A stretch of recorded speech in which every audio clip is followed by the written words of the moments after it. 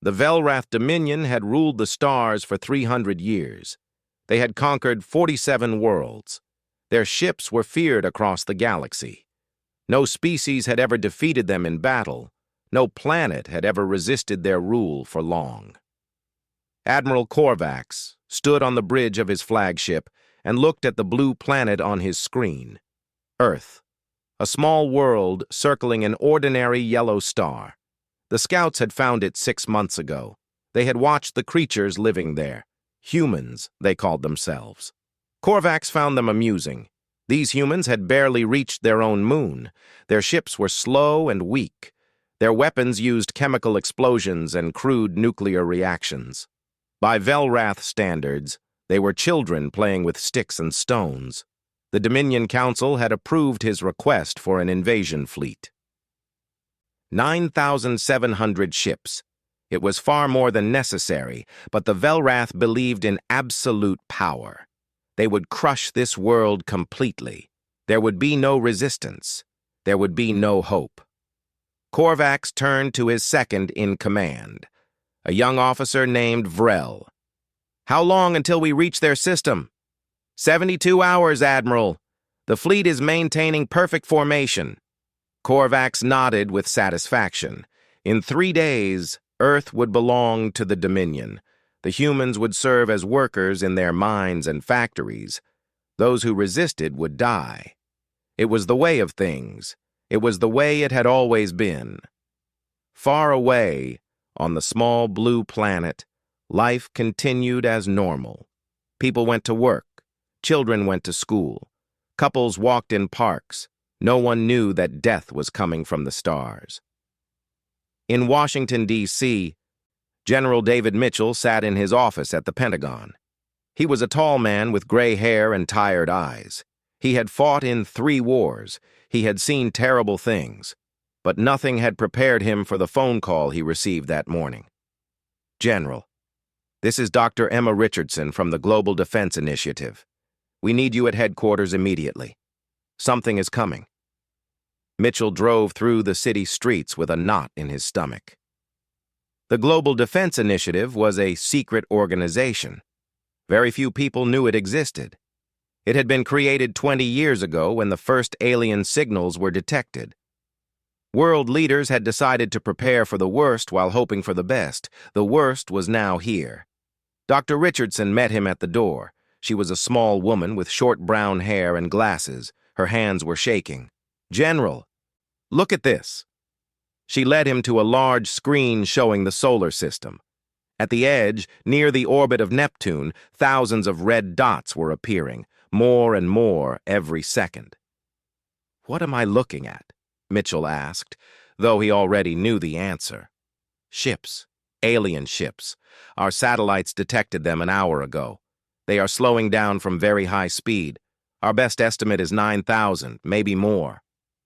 Mitchell felt the blood drain from his face. "How long do we have?" 72 hours. Maybe less.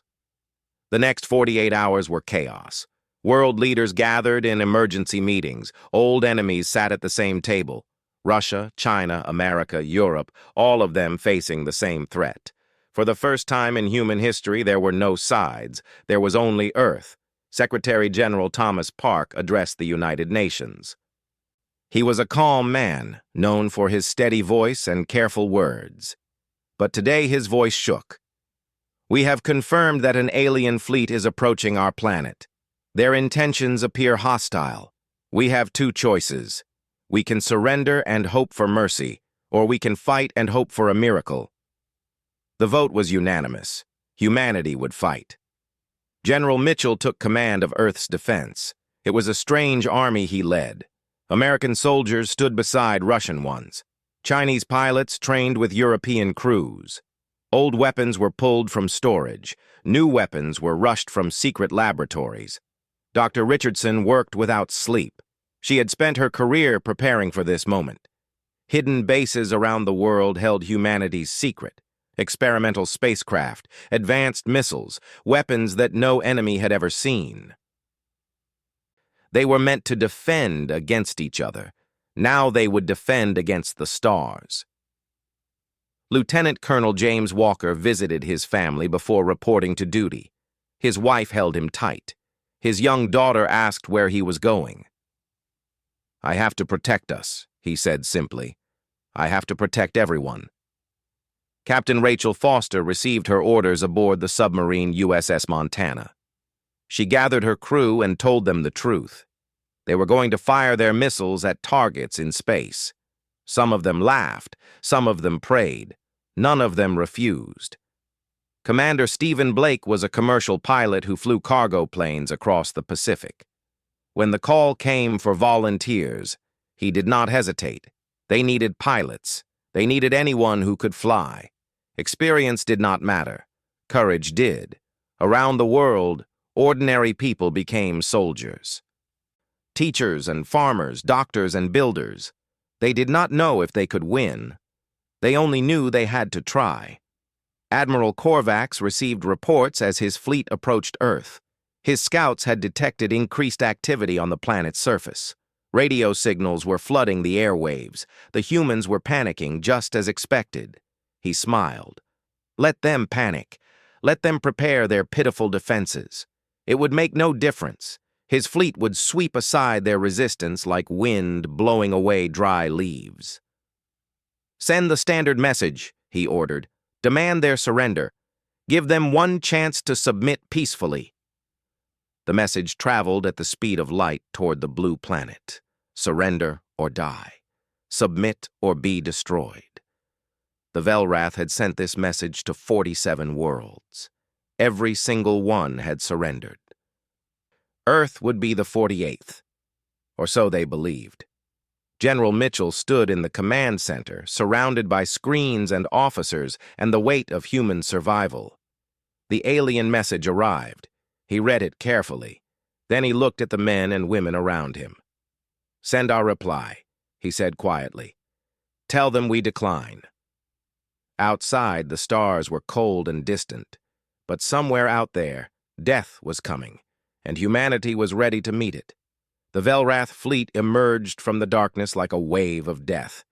9,700 ships stretched across the void in a perfect crescent formation. Their hulls were black and silver, covered with weapons that could melt cities. Their engines burned with blue fire. They were beautiful in the way that storms are beautiful, terrifying and unstoppable. Admiral Korvax stood on his bridge and watched Earth grow larger on his screens. The planet was so small, so fragile. He almost felt sorry for the creatures living there. Almost. "Admiral, we have received the human response to our surrender demand." Korvax raised one eyebrow. "And?" "They said no." For a moment, the bridge was silent. Then Korvax began to laugh. The sound echoed through the ship. His officers joined him, their alien voices filling the air with cruel amusement. "They said no," Korvax repeated. How wonderful, how brave, how utterly foolish. He had given them a chance. He had offered mercy. Now there would be none. "Send the vanguard," he ordered. 500 ships. Destroy their satellites. Eliminate their orbital defenses. Show them what true power looks like. The vanguard broke formation and accelerated toward Earth. 500 warships, each one capable of destroying a city in seconds. They expected no real resistance. They expected easy victory. They were wrong. Lieutenant Colonel James Walker sat in the cockpit of his spacecraft, hidden in the shadow of the moon. Around him, 47 other pilots waited in silence. They were the first orbital defense wing, humanity's secret weapon, built in underground factories over 2 decades. The ships were small and ugly compared to the alien vessels. They had no shields. Their armor was thin. But they were fast, incredibly fast, and they carried weapons that the Velrath had never imagined. "All pilots, this is Walker. The enemy is entering weapons range. Remember your training. Remember why we're here.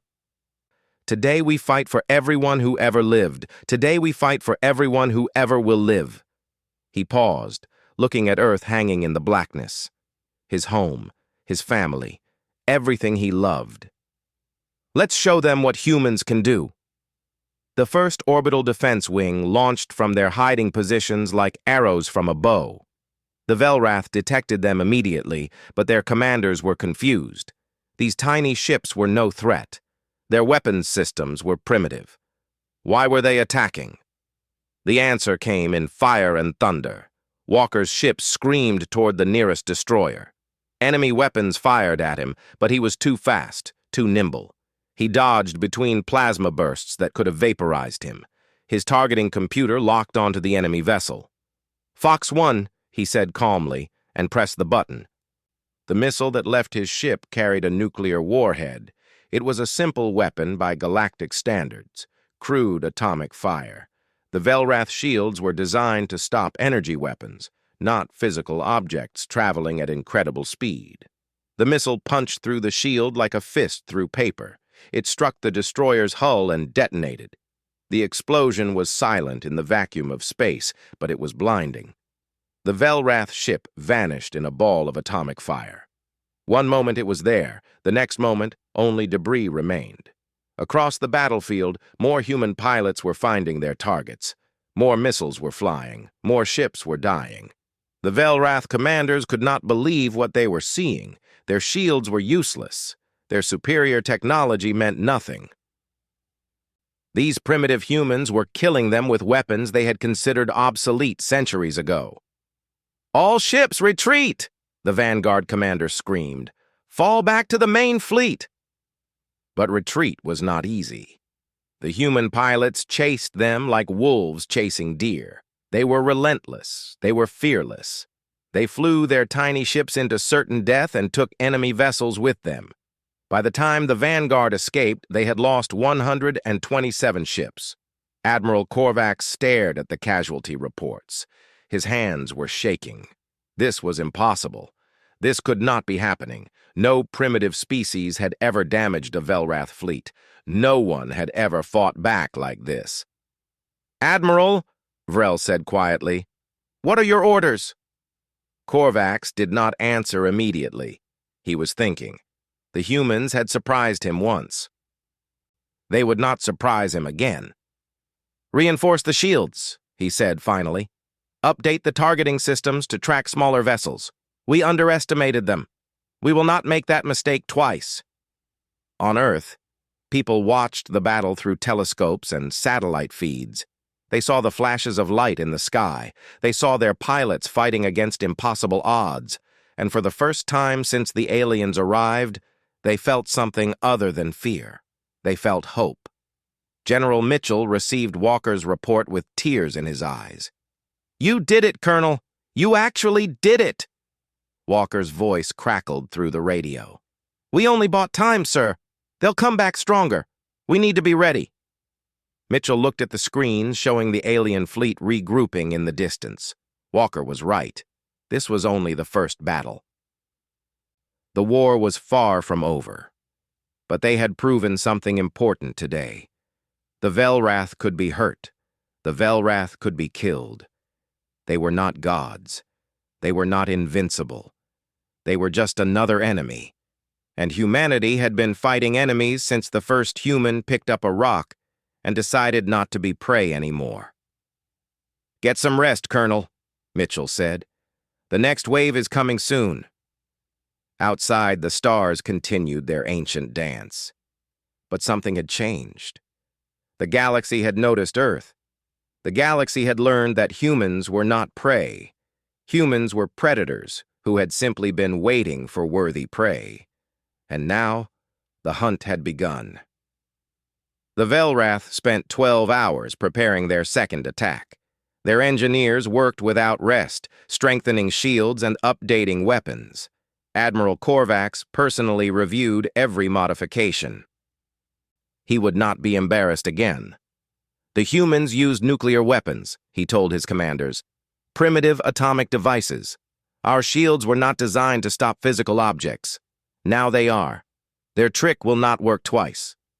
He was right about that. The same trick would not work again. But humans had many tricks. On Earth, General Mitchell gathered his commanders in the war room. The screens showed the alien fleet preparing for another assault. This time, they were sending everything. All 9,000 remaining ships were moving toward Earth in a massive wave. "Our orbital fighters cannot stop that many," Walker reported. His voice was tired. He had not slept since the first battle. "We hurt them, but we cannot stop them." Mitchell nodded slowly. He had known this moment would come. The secret weapons had bought them time. But time was running out. "Then we use everything else," he said quietly. Dr. Richardson stepped forward. Her face was pale but determined.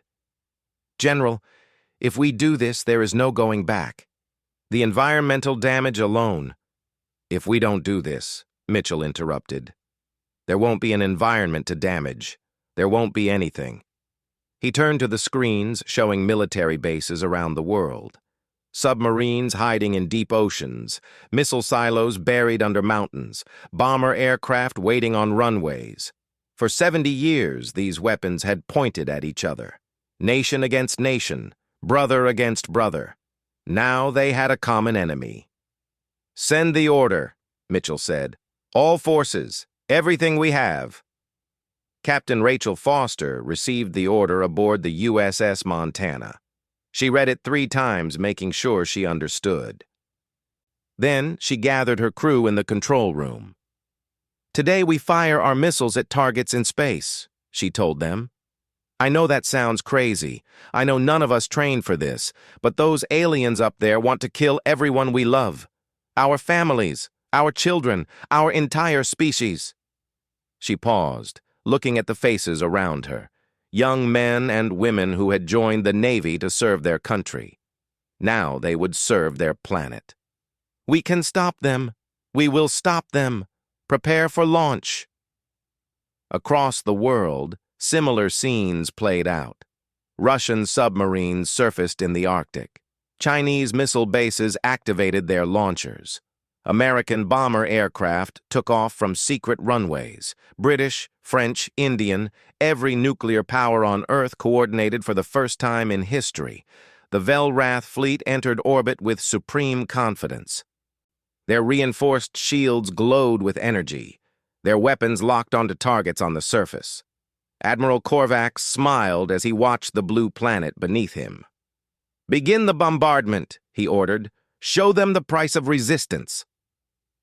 The first plasma beams lanced down toward Earth's surface. They were meant to destroy cities, to break human will, to demonstrate Velrath power. They never reached their targets. From every ocean, from every continent, missiles rose into the sky. Not dozens, not hundreds, thousands. Every nuclear weapon on Earth launched simultaneously, climbing toward the enemy fleet on pillars of fire. Korvax watched his screens fill with warning signals. "What is this? What are they doing?" "Admiral, detecting massive launch signature from the planet's surface. Thousands of projectiles. They appear to be nuclear weapons." "Nuclear weapons? But we've reinforced our shields against—" He stopped.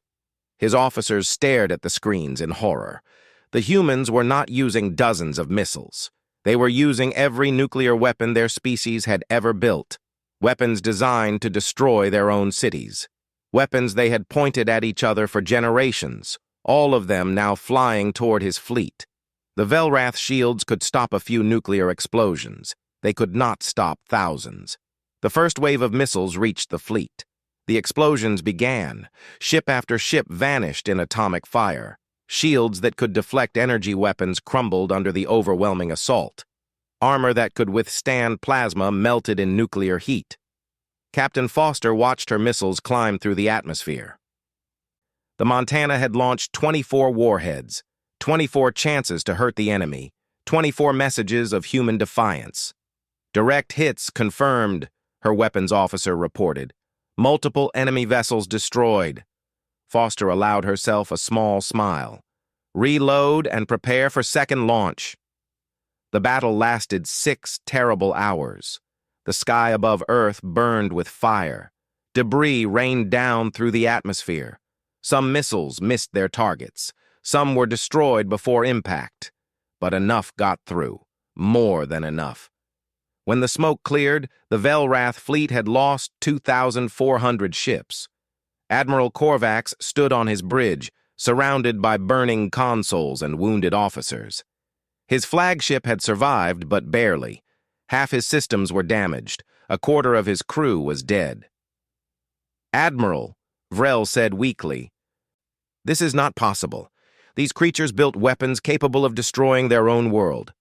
They developed planet-killing technology before they even had shields, before they had faster-than-light travel. What kind of species does this?" Korvax did not answer. He was staring at Earth through the viewport. This small blue world, this primitive planet. Its inhabitants had built weapons of mass destruction and pointed them at each other. They had lived for decades on the edge of self-annihilation. They were insane, and now that insanity had saved them. General Mitchell received the battle reports with grim satisfaction. They had used nearly half of Earth's nuclear arsenal. The environmental damage would take decades to repair. But they were still alive, still fighting. "The enemy is retreating to regroup," Walker reported. "We've bought more time." Mitchell nodded. "Then we use that time. Dr. Richardson, what else do we have?" Richardson looked at her tablet. Her eyes were red from exhaustion, but her mind was still sharp. "I have one more idea, General. It's desperate. It might not work. But if it does, tell me," Mitchell said. She told him. When she finished, Mitchell laughed. It was a strange sound in the war room, unexpected, almost inappropriate. "Do it," he said. "If we're going to be crazy, let's be completely crazy." Outside, the wounded Velrath fleet licked its wounds and prepared for another assault. They still had thousands of ships. They still had superior technology. They would overwhelm the humans through sheer numbers. But somewhere on Earth, Dr. Richardson was working on something new. Something that would turn humanity's greatest weakness into its greatest weapon. The aliens thought they understood humans now. They thought they had seen the worst Earth could offer. They were wrong. The worst was yet to come. The Velrath had never felt fear before. They had conquered species across the galaxy. They had crushed rebellions. They had destroyed entire civilizations. Fear was something their enemies felt, not them. But watching their fleet burn around Earth, something changed. For the first time in 300 years of conquest, the Velrath felt afraid. Admiral Korvax refused to accept defeat. He had lost nearly 3,000 ships, but he still commanded over 6,000, more than enough to overwhelm any defense, more than enough to burn Earth to ashes. "All ships advance," he commanded. "Maximum speed. Converge on the planet. We will end this now." His remaining fleet obeyed. 6,000 warships moved toward Earth in a wall of death. Their weapons charged. Their shields glowed. They would carpet the planet with fire until nothing remained but glass and shadows. On Earth, General Mitchell watched the enemy approach. His face was calm, but his heart was heavy. They had used most of their nuclear weapons. The orbital defense fighters were exhausted and damaged. There was nothing left. Nothing except Dr. Richardson's final plan. "Emma," Mitchell said quietly, "are you ready?" Richardson sat at her console, fingers flying across keyboards. She had not slept in 3 days. Her eyes were bloodshot, her hands trembled, but her voice was steady. "Almost there, General. I just need 5 more minutes." "We might not have 5 minutes. Then I need 4. The Velrath fleet entered low orbit. From the surface, people could see them now, dark shapes blocking the stars, spreading across the sky like a plague. Mothers held their children. Lovers held each other. Prayers rose from every religion on Earth.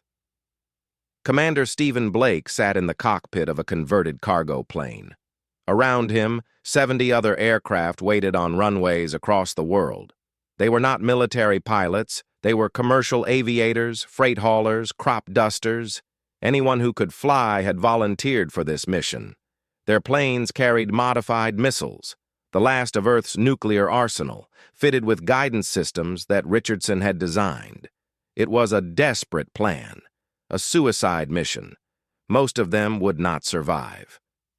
Blake activated his radio. "All pilots, this is Blake. I know most of you are not soldiers. I know you have families waiting for you.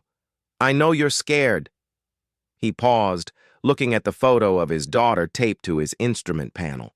She was 7 years old. She liked dinosaurs and chocolate ice cream. She thought her daddy flew planes that carried important packages. "But those things up there want to take everything from us. Our homes, our families, our future. We can't let that happen. So today we're not cargo pilots. Today we're warriors." He heard voices responding, scared voices, determined voices, voices that cracked with emotion but refused to break. "Let's fly." The aircraft took off from runways around the world. 70 planes climbing toward certain death. The Velrath detected them immediately, but they posed no threat. Small aircraft with primitive missiles. The fleet's point defense systems would destroy them easily. But the planes were not the weapon. Dr. Richardson pressed the final key and looked up at the screens. Around Earth, every satellite in orbit suddenly came alive. Weather satellites, communication relays, GPS systems, dead satellites that had been floating as debris for decades, even the International Space Station. Humanity had been launching things into space for 70 years. Thousands of objects circled the planet, a ring of metal and wire and forgotten technology. Most people considered it junk.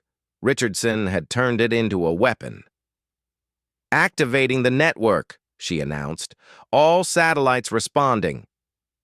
The objects began to move. Small thrusters, hastily attached over the past 2 days, fired in precise sequences. Orbital paths shifted, speeds increased. Thousands of pieces of space debris accelerated toward the Velrath fleet. Admiral Korvax saw the warning signals and laughed. "They're throwing garbage at us?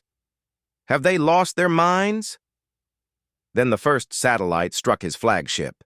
It was a weather satellite, weighing only 200 kilograms, but it was traveling at 18,000 kilometers per hour. The impact punched through shields designed to stop energy weapons. It tore through armor like paper. It killed 30 crew members in an instant. More impacts followed, hundreds of them, thousands of them. The Velrath called it the human swarm. Ships that had survived nuclear attacks were torn apart by GPS satellites. Destroyers were crippled by defunct communication relays. The International Space Station, evacuated days earlier, crashed into a Velrath cruiser and destroyed it completely. In the chaos, Blake's squadron arrived. Their missiles found targets through the confusion. Nuclear fire bloomed again among the alien ships. The Velrath could not fight back. They were too busy trying to survive the rain of debris.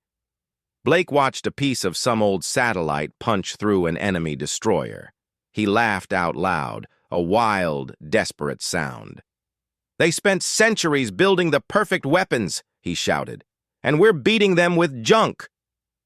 His plane shook as enemy fire came close. Warning lights flashed. His engines were failing, but he did not stop. He could not stop. Not until his missiles were gone. Not until he had nothing left to give. When his last missile flew, Blake felt peace wash over him. He had done his part. His daughter would have a future. That was enough. His plane spiraled downward, trailing smoke. But somehow, impossibly, he managed to control the descent. He crashed into the ocean and survived. Rescue helicopters found him floating in his life jacket, laughing and crying at the same time. Most of his squadron survived too. Not all, never all, but more than anyone expected. The Velrath fleet broke.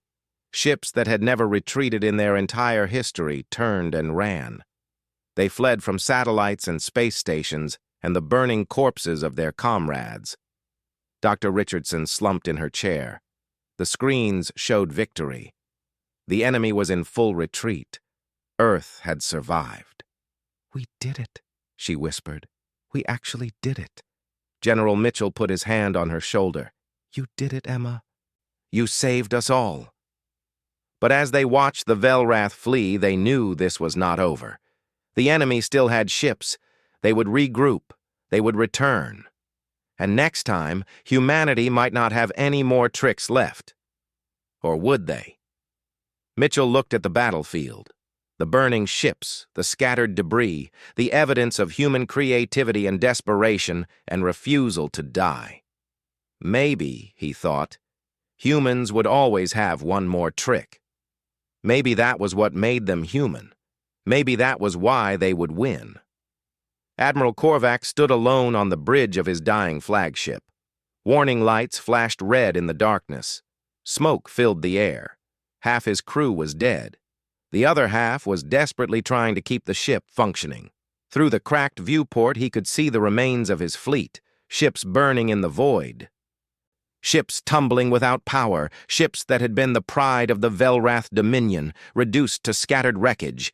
He had arrived at Earth with 9,700 warships, the greatest invasion fleet in Velrath history. Enough firepower to conquer any world in the galaxy.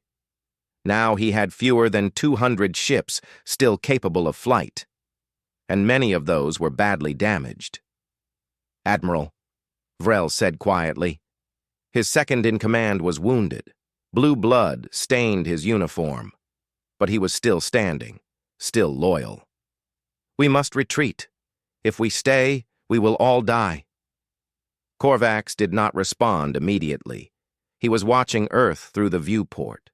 The small blue planet hung in the blackness, surrounded by the debris of battle. Fires burned on its surface where weapons had struck. Smoke rose from damaged cities. The humans had paid a terrible price for their victory, but they had won.